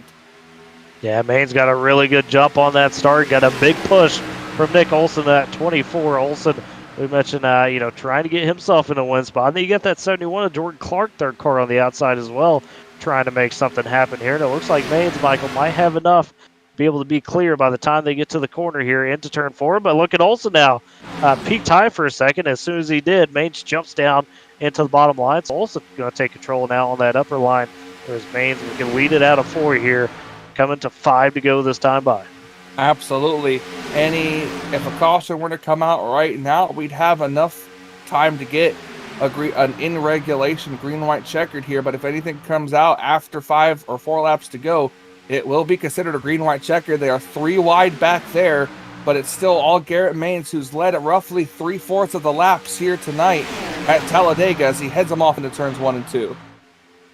Yeah, fully out of control there. The other strong car of the night was Lucas Cram, but he had some unfortunate incidents here in the back half of this race, so he's not up there right now. And you got to think Baines feels like this is his with the way he's ran tonight. But we know Nick Olson hungry for a win, and you got a whole host of drivers back there. I see, Robbie Lyons back at that 15, trying to make some magic work back there, about 10th or so. And Michael, everybody trying to sort it out right now. Sean Howell could stay on the back bumper of the 2. He could have a good shot at winning this. The outside lane, they cannot afford to break up right now, as that would be Nick Olson's downfall. Trying to keep it on the outside. Olson trying to go 2 for 2 at Talladega as he's running the outside lane, trying to get the lead, trying to use that little bit of side draft he can. He's got to pinch those cars to the inside lane. There goes Baines blocking that run off the corner. Smart move from Baines there. Knew that Olson was going to have that big run. Took advantage by saying, I'm going to shut the door here. Did it clean. And this is what Garrett, he knows of the situation, Michael. You got to play it a little bit. You can't be in 3 lanes at once, but boy, you can sure try. Tell that to Michael Waltrip. But you got Sean Howell to the inside with the draft here, and you got a 3rd lane trying to come on the outside. They're coming to 3 laps to go this time by. Boy, look at that middle line as you see a couple cars, Critchley and Ricky Howe Jr. on that outside. They're getting a little bit of help now. Oh, boy. Ooh, Clark jumps up there. Jordan Clark, that 71, making a 3-car top lane. Nick Olson in the middle. Garrett Maines will retake his lead there, swiping down to the bottom right in front of Sean Howell. And this is what Maines is wanting to see here, probably a little bit of this action. As long as he can keep bouncing around between the inside and outside, or the inside and the middle, I should say, he might have this one in hand. But like we've seen it a couple times, all it takes is one little, misplaced bump here, and somebody gets shoved out very quickly. Absolutely. All this, they're pinching, trying to get the side draft off these drivers, try to keep them side by side and try to get the advantage with the run that you get from the side draft, as we have 2 laps of racing to go at Talladega. 3 wide. They get back? Go ahead. I was going to say, can they get back to that white flag here, not use any of those green-white checkers, Michael? They're keeping it clean so far, but turn 4 here is going to be the pivotal corner and coming down this front stretch. Look at that very outside lane. You got the 3 out there. They're 3 wide for the lead. Look at that run. The 3, the 46, the 88. We're all on the outside, very outside lane here. We could be 3. Look at these 3 by 3 by 3 coming off of turn number 4. Can they hold it and get to the white flag? Oh, it's going to be tight coming down here. You got Smoker. Somebody, the 46 has blown his engine up there, that top line. He's in the wall, but we are to the white flag. This race will finish no matter what right here. And 3 wide, still going off into 1 and 2. And it's Nick Olson with the slide into that 24, but here comes the bottom lane. Garrett Maines getting that big push from the 38. Oh, a little bit of looseness. There goes the 41 Strayer. They're not wrecking, but they're scattering everywhere. Now there goes Robbie Lyons at the wall. He gets shoved up. Clark wrecking to the backside. There's 6 cars left now up front all of a sudden. Everybody else scrambling behind him. Going into 3 and 4. The 38 gets shoved down a little bit. Sean Howell, he keeps it clean. And now it's basically a 3v3 getting ready to come off the corner here. Nick Olson on the outside. Garrett Maines in control on the bottom. Coming out, turn 4 down along straightaway. Here goes Howell on that 38 making the move. Olson makes contact there in the wall up there. Howell's got the edge right now. Going into the trial. Will he get it? Does he have enough? There he goes. Banging through the corners to the checkered flag. No, it's Garrett Maines. It's Garrett Maines gets it at the end over Sean Howell. Howell put in all the effort he could. My goodness, what a finish right there, Michael. And how about Garrett Maines finally gets it done this season? Has been oh so close a few times. Finally gets the big one. And Sean Howell, you got to give him credit, did everything he could to try to get that one. Had it at the tri-oval, Michael, could not hold on to it at the line. Oh, absolutely. Garrett Maines, that was a heck of a battle there. He battled it hardcore. When the wrecks happened behind him, Nick Olson just lost all the momentum on the outside lane. And as soon as the 38 went to the outside lane, that block was almost enough. We almost saw 3 wide at the line there. And it was absolutely incredible. Great win for Garrett Maines in that number 1. And Curtis Critchley follows up his 3rd place last weekend's debut with yet another 3rd place here tonight. Excuse me. They're going to say he finished lap down. I apologize. That is Josh Coley, the 33, making his first start and gets a podium finish. Andrew Navarro, who was very strong all night in his debut, finishes 4th. Mitchell Booma in the chaos comes out with 5th. And you can see the rest of the finishing order scrolling along there here in a minute. And my goodness, Michael, what a race. I mean, Garrett Maines gets it done. I mean, I don't know what else I can say here. Action-packed in that second half of the race. And, of course, we'll look to get some of our finishers here in this one up into the waiting room. And there's some issue going on with the scoring because they have Curtis Critchley scored a lap down, but I'm going to have to double-check that one there because he crossed the line 3rd place. It could possibly be a penalty. Yeah, it's a bit of an odd one there. We're going to have to double-check with race officials on that one. Him and Coley got involved right before the end of the line right there, so definitely going to have to see how they rule that one. But either way, we know for sure Sean Howell and Garrett Maines 1-2 in this one, down to the wire, and we will get some official ruling there on the where Critchley actually finished. Yeah, absolutely. In the meantime, let's see if we have our drivers in here ready for their post-race interviews. Looks like we do have our second place finisher, Sean Howell, ready to go.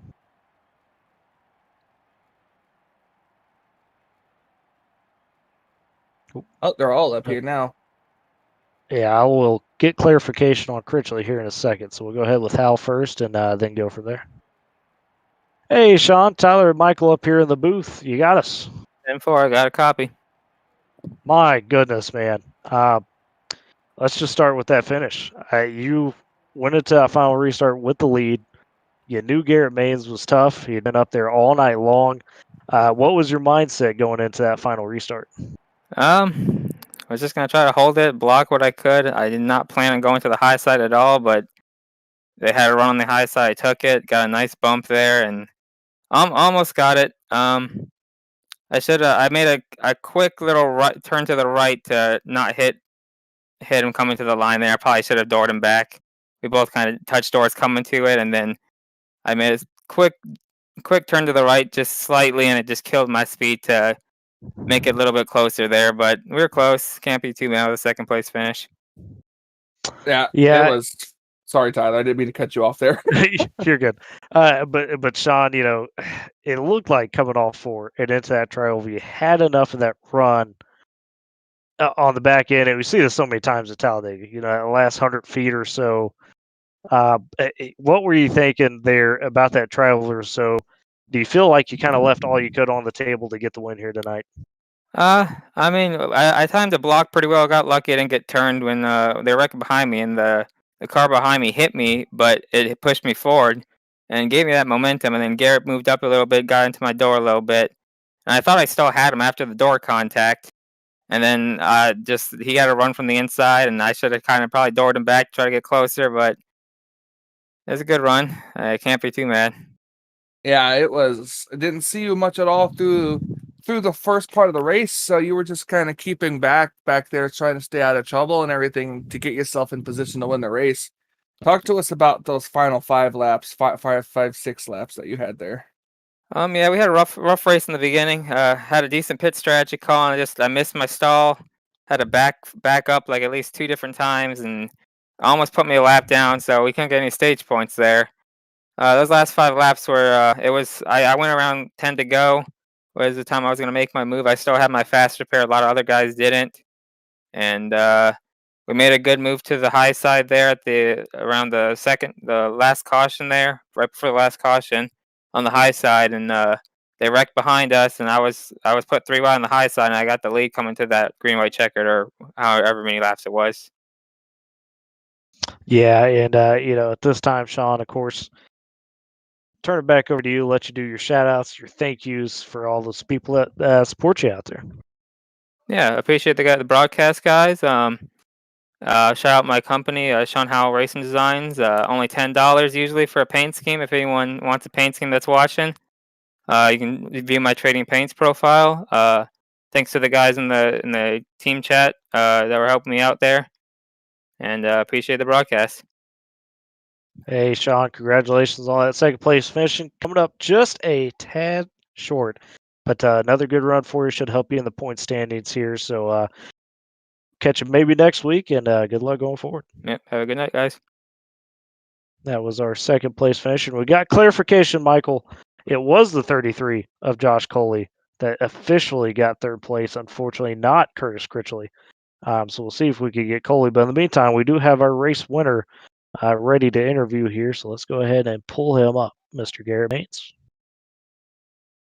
Yeah, it seemed to just. Hey, Garrett. It's Tyler Michael up here in the booth. Sorry, caught you mid-sentence. Try not to do that for you guys. But, man, you finally got one done. You had been so close this season. You had been up front. You had put yourself in some good spots. How does it feel to finally get one done here tonight? Dude, finally, no doubt. It's been one of those seasons where we just haven't finished races, so it's been definitely fortunate to, all shape out the right way tonight. I had some friends up there making it happen, and then they had some bad luck there at the end of the race, and I was kind of all on my own, and I got lucky coming off that last corner to be able to win the dash back to the line. But just I got to thank Curtis and Andrew and Ricky there for helping me out there in the last probably 30 laps made a big difference. Yeah, and all night long it looked like you and Lucas Graham were setting up for an absolute slugfest to the end there. Graham, of course, suffered some bad luck in the second stage. At that point, when he was out, did you know you were kind of the target for everybody? How did that change your mindset at all going on? Towards the end of the race there. I'm actually checking back now to see what happened to Cram because I haven't seen that crash. I really thought he was going to be able to make something happen because I saw him work in the middle. I'm like, shoot, well, we're going to have to cover that off. And I don't know where the wreck actually started, but that definitely changed the race for sure. He's been the guy to beat on the plate tracks, and we were trying to cut him off from being able to control the race tonight, but unfortunately he didn't get to race at all at the end, and that's not what you want. But it was definitely fun while it lasted with him up front, and hopefully next week we'll get to do it again. It'd be cool. And I just Michael, watched that you gotta crash. do that. He got put 4 wide, and just looks like they ran out of real estate. Everybody was literally fighting for the same ground. Yeah, you were the dominant car of the day, led probably 3/4 of the race there. It seemed like you just did not want to give up the lead, man. Tell us about those last couple of laps. I have never played lane control so hard in my life because I didn't have any friends at the end of the race. Nobody wanted to, to play ball with me. So it was like, I was trying to make sure everybody had their temps like at the maximum. So if anybody tried to move out of line, they couldn't actually get a push. But crazy, dude. That last corner, I didn't realize that he was going to be able to get clear, Sean. So that was my mistake. I shouldn't have let him push me all the way out there like that. That almost cost me the race, but I got lucky to win back to the line for once. Well, of course, at this time, Mr. Baines, hey, turn back over to you. Let you do your shouts. Let you do your thank yous to those people that support you here on the virtual side of things. Yeah, I got to thank Smithfield, 101 CBD, SimSeats, Strickland Hardy, Lennox, Bradley Mechanical, ComServe, OfferPad, all the guys that came on board, Swag, for the Coke Series. It's been it's been a crazy year for everything like that. I've said this a lot this year, but just everything came together in the last 3 or 4 months that put us into the Coke Series this year, and got to thank everybody that's been involved with that. Yeah, absolutely, Mr. Maines. Well, congrats on the win. Good luck for the rest of the season. Of course, we'll maybe catch you down the road. Maybe next week. Maybe not. We'll see. Hopefully next week. See you guys then. That was our race winner, Garrett Baines, and I got to apologize to Mr. Josh Coley, Michael Norman, because it was officially confirmed first that it was Coley that got third, but turns out after review it was Chris Critchley that got that third place, so he follows it up with another podium. Let's go ahead and bring him in, talk to him after all that confusion. Hey, Curtis, it's Michael and Tyler up here in the booth. Yes. Yep. How you doing? Okay, first off, got to apologize because we were very confused there on who got that third place, because initially we thought it was you, and then scoring showed you a lap down. But we sorted it all out, and your second race here in the series now, another race where you're right there at the end, and you just come up a little bit short, get this podium. Walk us through that last restart and those last few laps from your point of view there. First of all, I got to thank Ricky Howell. He gave an amazing push. We were making work happen on that outside line, and really with almost no help until he eventually blew a motor trying to push me all the way up there. But yeah, after that, I was able to get more help from behind, and we were holding steady until that last wreck that happened coming out of turn 2 on the final lap, and managed to just avoid the wreck. Like, it was really close. I almost smoked a Doge car. It can't be knocking down the Doge cars like that, man. But no, Curtis, like I mentioned a second ago, your second race of the series. Now you've got a couple under your belt and some good finishes at that. How are you feeling, with the field now? How's your comfort level? What have you kind of picked up in these 2 weeks? It's definitely a tough field against the people I'm usually racing at these super speedway events. Like, these guys are near the best that you can race with on the super speedways. Yeah, it was an incredible run for you, man. You're keeping an eye out, especially with the car number that was on your car tonight. Talk about just how legendary that number is and synonymous it is at Talladega, and you were making some good moves So you did that number pretty proud tonight. Oh, thank you. I guess it's my 3 car that you saw, right? Yep. Yeah, Okay, that's what we call it. I got We had a Joe 2 2 on rolling the too. ticker. So, Okay. So it got all mixed up there, but yeah, no, the 3 car I think looks amazing. And I'm really glad that you said that. That's such an honor. Yeah, absolutely, Curtis. And of course, at this point, turn it back over to you. Let you do your shout outs for the night.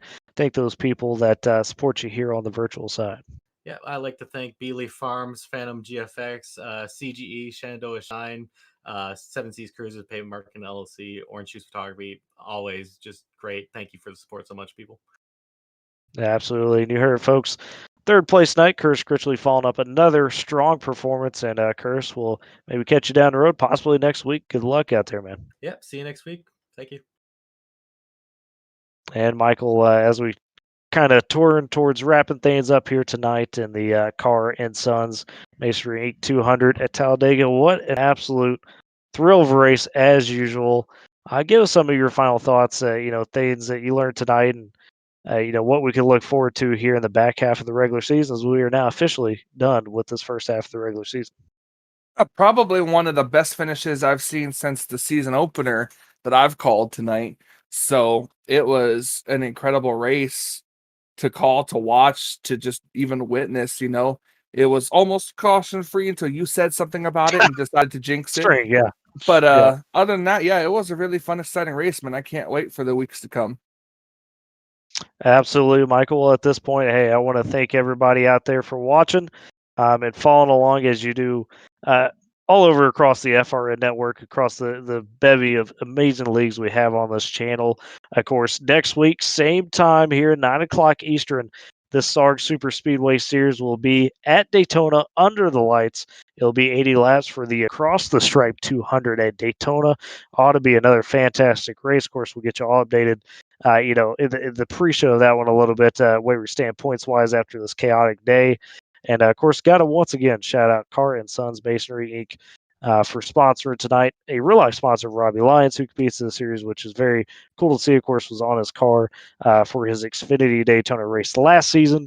They have teased some big announcements maybe this week for their plans for Speed Weeks in 2021. So go check that out if you haven't already. And Michael, of course, got to thank you for doing an excellent job as usual, not only on the commentary, but doing a great job of running things production-wise behind the scenes here. And for myself, Tyler Riggs, and of course for Michael Norman, for everybody in the Flatout Racing Network group that makes this thing go, and all the great sponsors out there, and more importantly, all the great fans, we thank you. And we wish everybody a good night, and we will catch you next week.